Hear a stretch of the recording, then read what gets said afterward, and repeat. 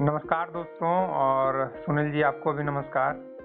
जी, नमस्कार, नमस्कार। सभी को नमस्कार। आज महाशिवरात्रि है और सबसे पहले मैं यही सवाल करता हूँ कि ये शिव कौन है, क्योंकि मुझे ज़्यादा ये धार्मिक ज्ञान मैं हिंदू हूँ लेकिन ये इस तरह का धार्मिक ज्ञान में मुझे कभी इंटरेस्ट नहीं आया, क्योंकि घर में देखते हैं राम जी सीता जी का फोटो तो समझ लेते हैं, बचपन से ही दिखाया जाता है। शिव पार्वती का भी दिखाया जाता है, लेकिन वो 8वीं क्लास में जब रामायण देखा, फिर वो 1 साल 2 साल के बाद महाभारत देखा तो अच्छे से राम और सीता का जीवनी मालूम हो गया, कृष्ण का क्या क्या किए वो सब मालूम हो गया मतलब। लेकिन शिव जी का ऐसा कुछ देखने को मिला नहीं, तो शिव जी के बारे में हुँ, हुँ। ज़्यादा जानकारी है नहीं। जो है वो फैक्ट मैं आपको बता रहा हूँ।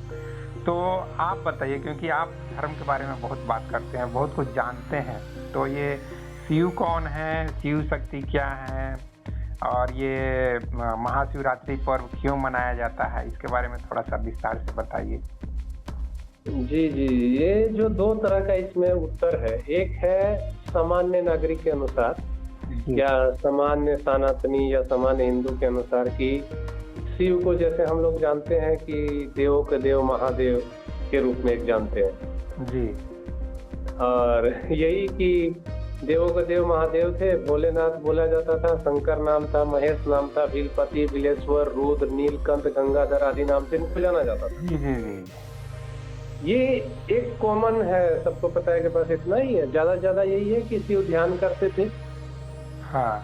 हाँ, और तंत्र के प्रवर्तक थे। तंत्र को लेकर के शिव से पहले जो तंत्र था, तो कश्मीरी तंत्र और वो तंत्र था, लेकिन जो शिव ने तंत्र दिया वो एकदम अलग तरह का तंत्र है। फिर ज़्यादा थोड़ा-सा जाएँगे तो इतना जाएँगे। लेकिन शिव जो अपने आप में है, हुँ, हुँ। 2 मतलब एक तरह से कहेंगे कि मानवता के इतिहास में उनसे पुराना व्यक्ति नहीं मिलता है मुझे या किसी को भी। एक्चुअली मुझे या कुछ भी जानकारी नहीं है, तो मुझे मेरे लिए सब कुछ एक काल्पनिक कहानी के जैसा है। मैं फिर भी सुनूँगा, आप बताइए। जी। हाँ, हाँ। नहीं, नहीं, वो चीज़ जैसे सामान्य बात इससे हो गया कि शिव काफ़ी पुराने हैं, शिव ध्यानी थे, जैसा-जैसा टेलीविज़नों में दिखाया गया है।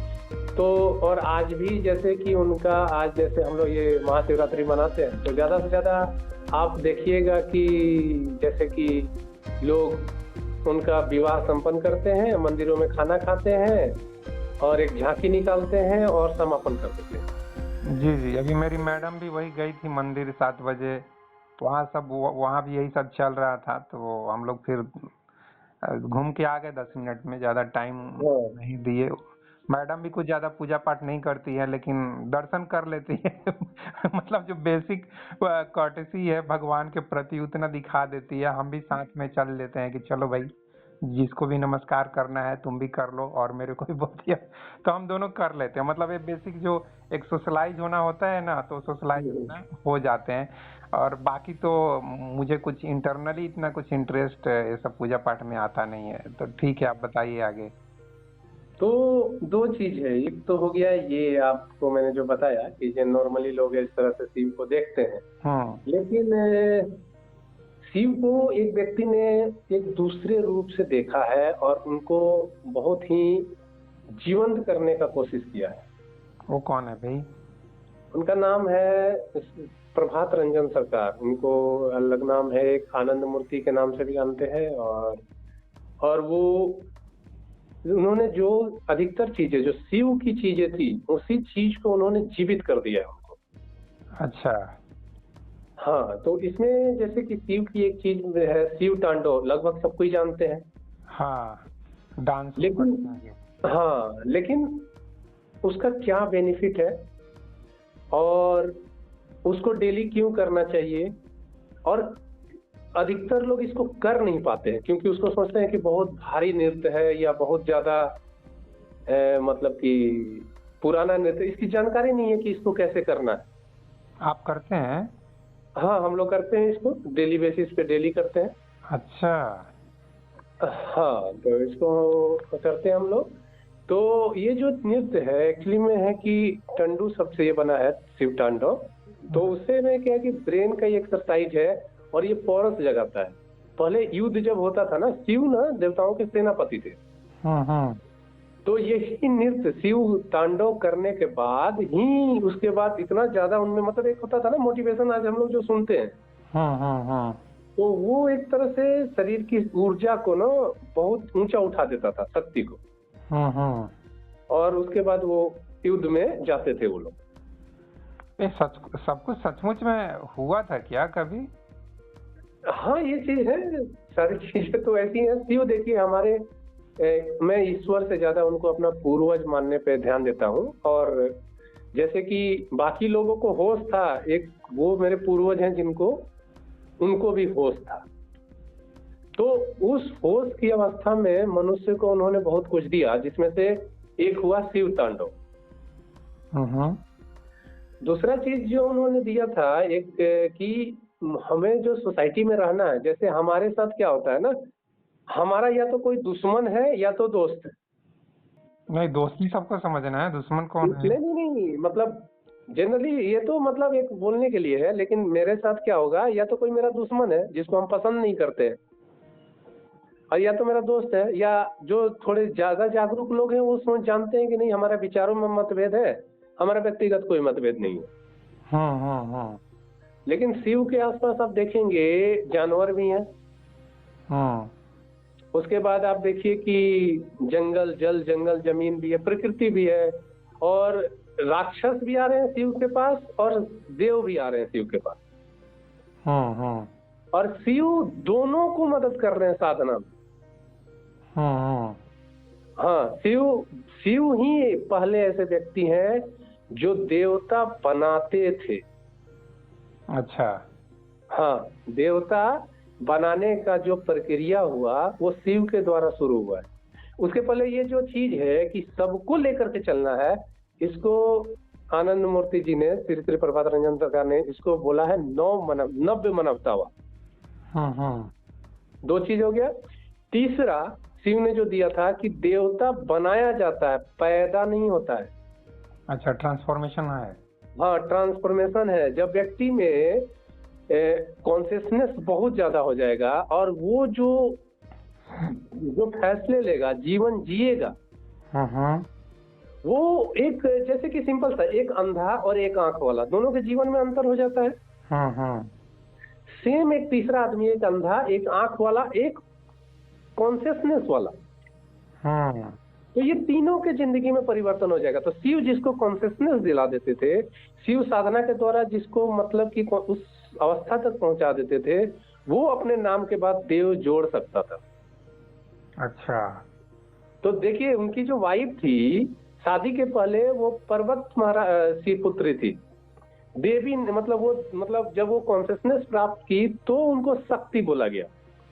हाँ। उसके पहले वो एक मनुष्य है, एक मनुष्य की पुत्री है। ठीक है। तो इस चीज को शिव ने शुरू किया कि कॉन्शियसनेस जब कोई व्यक्ति प्राप्त कर लेगा तो उसको आप देव बोल सकते हो, मतलब बाकी लोगों में श्रेष्ठ। इसीलिए उनको बोला गया देवों के देव महादेव।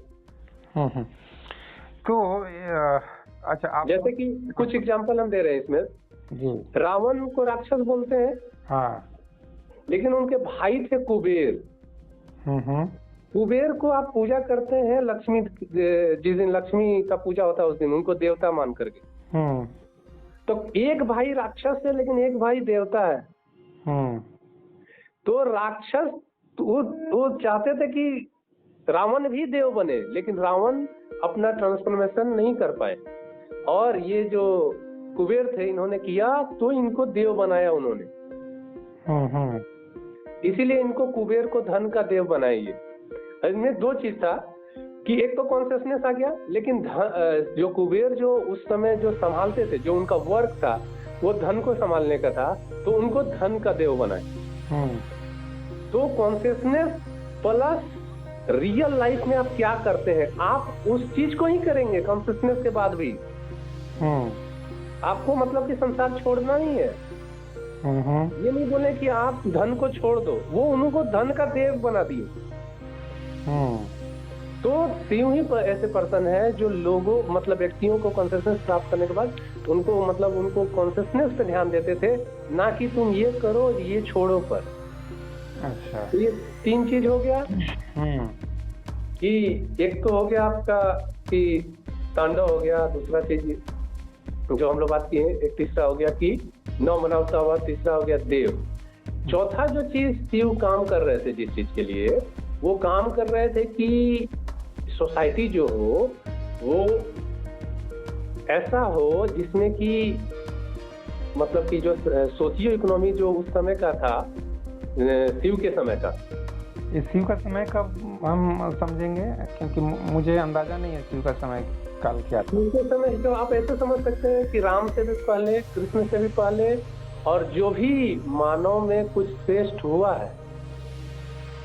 हाँ, ठीक है, मुझे एक लगभग अंदाजा बता दीजिए, क्योंकि मुझे अंदाजा नहीं। समय काल देखिए, अपने हिस्ट्री के साथ एक दिक्कत ये है, दिक्कत नहीं है, ये अच्छा ही था कि हम लोगों ने डेट आधारित हिस्ट्री नहीं रखा, हम लोगों ने कहानी आधारित हिस्ट्री रखा। ठीक है, तो हम अपने चीजों को कहानियों से, क्योंकि पहले तो ऐसा लिखने का था नहीं, तो इतनी आप सोचिए अभी 500 साल पहले क्या हुआ है, ये तो हम चलिए लिखित है तो मिल जाता है। तो अगर मान लीजिए हमारा सभ्यता अपना जो चीज है हजारों साल है, तो उस समय पहले ना तो कागज था ना तो कुछ था, तो कैसे बचा करके रखते अपनी हिस्ट्री को। तो हमारी डेट पे आधारित हिस्ट्रियां नहीं है, हमारी कहानियों पे आधारित हिस्ट्रियां, इसलिए उनका महत्व कम हो जाता है ना। नहीं, इसलिए महत्व नहीं कम हो जाता है, ये तो समझदारी का बात है कि एक समय वैसे उस तरह से हिस्ट्री बनता था। नहीं तो लोग आज के समय में हर एक चीज का प्रमाण खोजते हैं ना। तो प्रमाण खोजते हैं, तो जैसे जैसे विकसित हुए वैसे वैसे न खोजेंगे। आपको अगर 10 जितना साल पुराना है उतना साल में कितनी बार चीजें नष्ट हुई, कितनी बार बची, अगर कहानियों रूप में नहीं तब्दील किए होते तब तो ये भी हमारे पास नहीं मिलता। हाँ, तो अब कहानियों का महत्व खत्म हो गया है ना आज के समय पे। ये चाहे वो शिव हुए, चाहे कृष्ण हुए, चाहे राम हुए, सिर्फ पूजा पाठ के पात्र बन के रह गए हैं। तो यही चीज तो मैं बता रहा हूँ कि शिव को इन्होंने जीवित कर दिया फिर से। जैसे ये 3 चीजें मैंने बताया, एक चौथा चीज इन्होंने जो दिया है वो दिया है सोशियो इकोनॉमी। जैसे अभी हम लोग पूंजीवाद है, सोशियो इकोनॉमी में हमारा सारा तंत्र, जिससे कि हमारा सामाजिक आर्थिक मतलब कि कार्यक्रम चलता है। तो शिव के समय भी था एक सिस्टम जिसको उन्होंने मतलब को लागू करने का कोशिश किया था। उस समय लोगों में शिव के समय का जो सिस्टम देखिए कि शिव एक तरह से न्याय भी करते थे बहुत। अच्छा, जैसे कि शिव में जो भी लोगों को दिक्कत होता था तो अंतिम न्यायकर्ता जो थे शिव थे।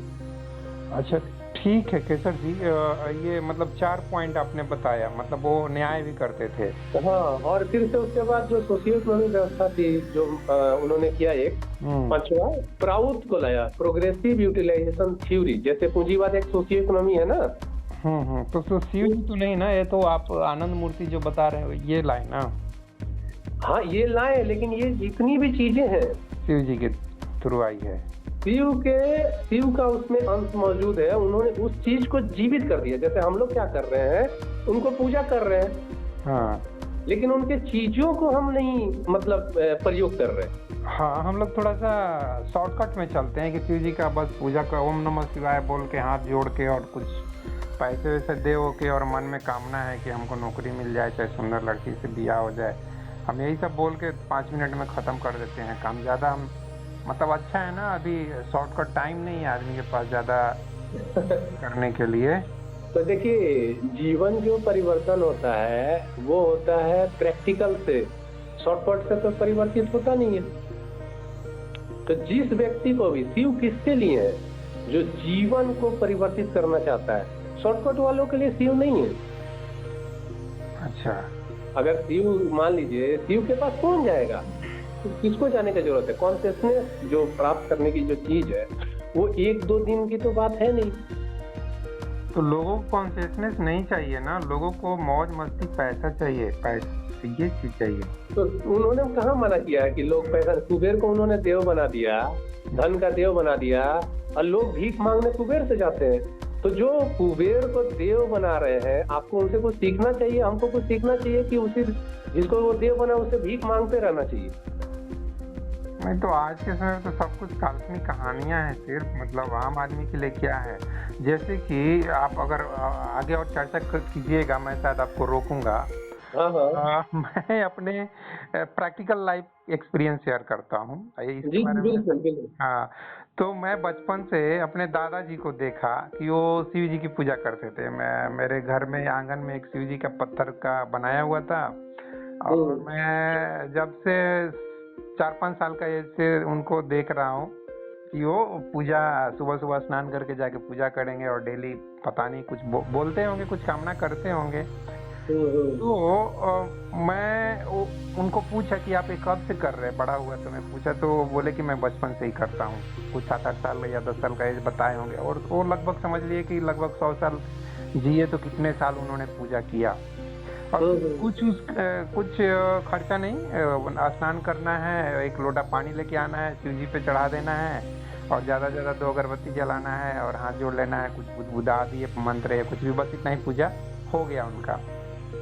हुँ, हुँ। तो ये करीब-करीब 90 साल तक पूजा किए, और उनकी मनोकामना मैं देखता हूँ कि कुछ पूरा हुआ नहीं भई। मतलब चाहे वो अपने बच्चे के लिए, मतलब मेरे पिताजी के लिए, चाहे मेरे चाचा जी के लिए, चाहे हो गए कि इनको अच्छा जॉब मिले। जैसे कि मेरे लिए भी वो चाहते थे कि अच्छा जॉब मिले, मतलब क्लास 7 टाइप का, तो वो उनकी मनोकामना पूरी नहीं हुई। मतलब नाती-पोता के मामले में भी फेल हुए, बेटा के भी मामले में फेल हुए। तो चाहे धन के मामले में, चाहे उनका एक कोर्ट केस था, वो लगभग 40-50 साल तक लड़े, लेकिन फिर भी उसका फैसला नहीं हुआ, वो ऐसे ही चल रहा है, डेड हो गया है केस। तो हुँ, कुछ फायदा तो मुझे दिखाई नहीं दिया रियल लाइफ में देखेंगे। मैं अपनी बहन को देखा कि वो भी कभी-कभी पूजा करती थी, तो मैं उसको बोलता था, "अरे पूजा-पाठ हुँ। करने से कुछ नहीं होगा, ये नॉर्मल आईएबीए जो पढ़ रही हो, वो भी आईएबीए सिर्फ मत पास करने के लिए पढ़ो, नौकरी के लिए पढ़ो।" बल्कि मैं प्रतियोगिता दर्पण का किताब भी उस टाइम में 95 के टाइम पे दिया था कि ये देखो ऐसे बैंक में, रेलवे में क्वेश्चन पूछा जाता है। तो क्वेश्चन देख के ही घड़बड़ा गई कि अरे बाप रे! इतना कम समय में इतना क्वेश्चन का आंसर कैसे देंगे? हुँ, तो हुँ, हुँ।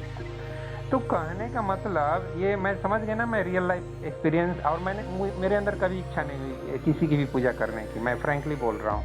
और हुँ, आज भी हुँ। मेरे अंदर किसी की भी पूजा करने की इच्छा नहीं है। चाहे 33 करोड़ देवी देवता हैं, मेरे को किसी भी देवी देवता से कोई मतलब नहीं रहता है। मैं कृष्ण को प्रेम करता हूँ, पूजा नहीं करता हूँ। मैं आपको हुँ, फ्रैंकली हुँ। बोल रहा हूँ।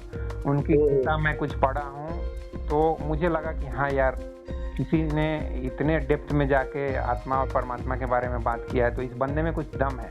तो उस हुँ, दम की हुँ। वजह से मैं उनको प्रेम करता हूँ, उसी तरीके से गौतम बुद्ध से भी प्रेम करता हूँ। अदरवाइज़ हुँ। पूजा मैं किसी की भी नहीं करता। हुँ, हुँ। तो इस जो मैंने अभी आपके साथ शेयर किया, इसके बारे में आप क्या कहेंगे? जो आपने कि देखिए, शिव या कोई भी देवता। जी, मतलब दादा जो कुछ भी किए, या मैं अपनी बहन का भी बात किया। हाँ, हाँ, ठीक जी, है। जो भी चीज़ें हैं ये चीज़ें, पहली बात तो सबसे पहला बात तो आप उन्हें देव किसी को भी आप एक जो सोच रहे हैं जिस हिसाब से कि वो व्यक्ति हमें कुछ देगा, वो देने के लिए नहीं है, पहला। लेकिन लोग तो पूजा पाठ उसी लिए करते हैं ना भई, आज भी उसी लिए पूजा पाठ कर रहे हैं। तो उनको कुछ ऐसे भी मिलने वाला नहीं है, क्योंकि शिव को भी जब प्राप्त करना है कोई भी चीज़ें, तो वो ध्यान की तरफ जाते हैं, ना कि माँग की तरफ। ध्यान से किसी को कुछ मतलब नहीं है। ध्यान के बारे में आप बात करेंगे ना, तो लोग वीडियो देखेंगे भी नहीं, वो तुरंत बंद करके बोलेंगे हटाओ यार, ये फालतू बात हो रहा है। वो उनकी मर्ज़ी है। हुँ। वो उनकी मर्ज़ी है, वो वीडियो बंद कर दें, अपना जीवन को बंद कर दें, लेकिन सच तो आदमी सच ही बोलेगा ना। नहीं, आम आदमी को चाहिए कोई आप मंत्र बता दीजिए, लाइक ओम नमः शिवाय बोलने से हमको आईएएस की नौकरी मिल जाएगी। ऐसा कुछ मंत्र-वंत्र बताइए। ये सब नहीं होता है, ये अंधविश्वास, ये डोगमा लोगों को छोड़ना पड़ेगा।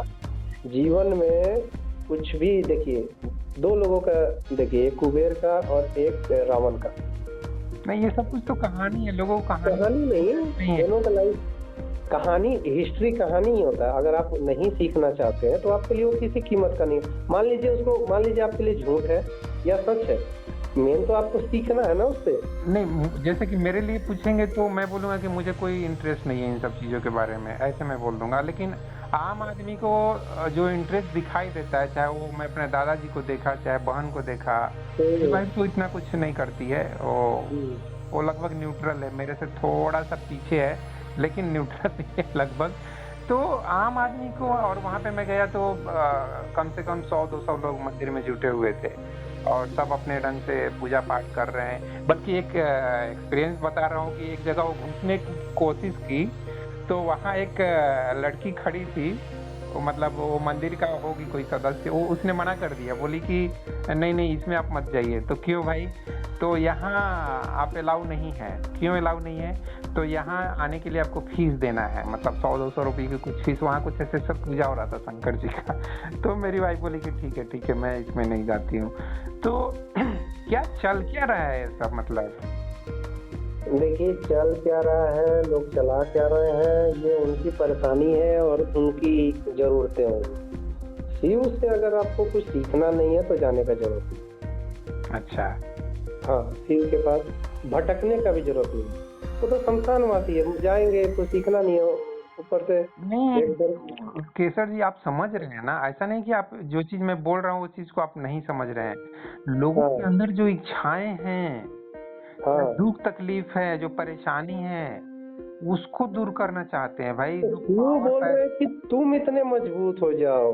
शिव मजबूत बनाने का काम करते हैं अंदर से। वो आपकी दुख तकलीफ दूर करने के लिए नहीं बैठे हैं। वो बोल रहे हैं कि तुम इतना मजबूत बन सकते हो कि तुम खुद का तो दुख तकलीफ दूर कर ही सकते हो, बाकियों का भी कर सकते हो। ये बनने की सीख दे रहे हैं। लेकिन बहुत सारे गुरु तो ऐसे भी हैं, जैसे कि सदगुरु को भी मैं देखता हूँ, वो भी महाशिवरात्रि पे बहुत ज़्यादा प्रवचन देते हैं। मुझे तो लगता है कुछ अंधविश्वास भी फैलाने की वो कोशिश करते हैं, खुद को शायद शिव का अवतार भी साबित करने की